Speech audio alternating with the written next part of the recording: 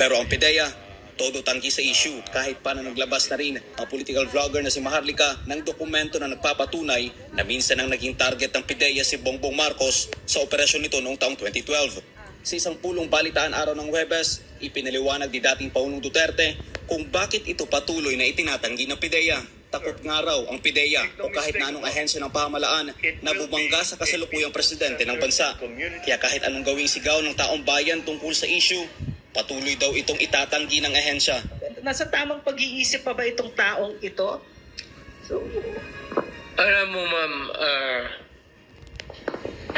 ako una yung nagsabi na drug addict siya.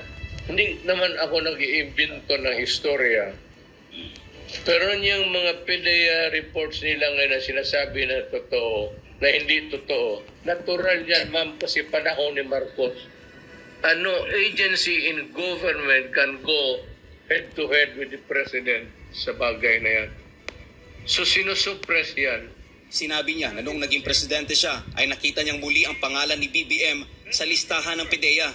Pero sinabihan niya lang ang mga nooy nasa PIDEA na gawin lang ang kanilang trabaho. As early as, hindi pa ako presidente. Nung presidente, mas lalo ko nakita. I saw it again. But yung dito sa Davao, because alam mo, ano talaga ako sa droga, pinakita nila na si Marcos nandoon. Hindi ko binigyan ng importante. Ang sinabi ko lang sa kanila, trabaho lang kayo. Huwag na ninyo akong isali. Ayon kay dating Pangulong Rodrigo Duterte, kung meron man siyang isang bagay na pinagsisisihan, yun ay ang hindi agad hinuli noon si Bongbong Marcos. But when I was president, sana hinuli na noon. Looking at yung full the full story of yung pagka-addict ni Marcos. Kaya lang naman, ma'am, sabi ko, sana hinuli na lang nila noon.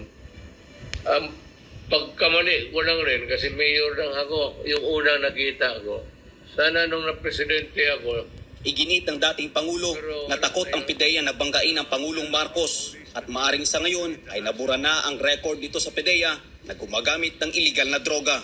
Yung pinakita sa akin nung presidente, alam ko yan pinakita rin sa iyo kasi presidente ka. O takot lang yung mga at PIDEA. At lahat ng mga dokumento na yan, talagang inano na yan. It's either they were erased or para sa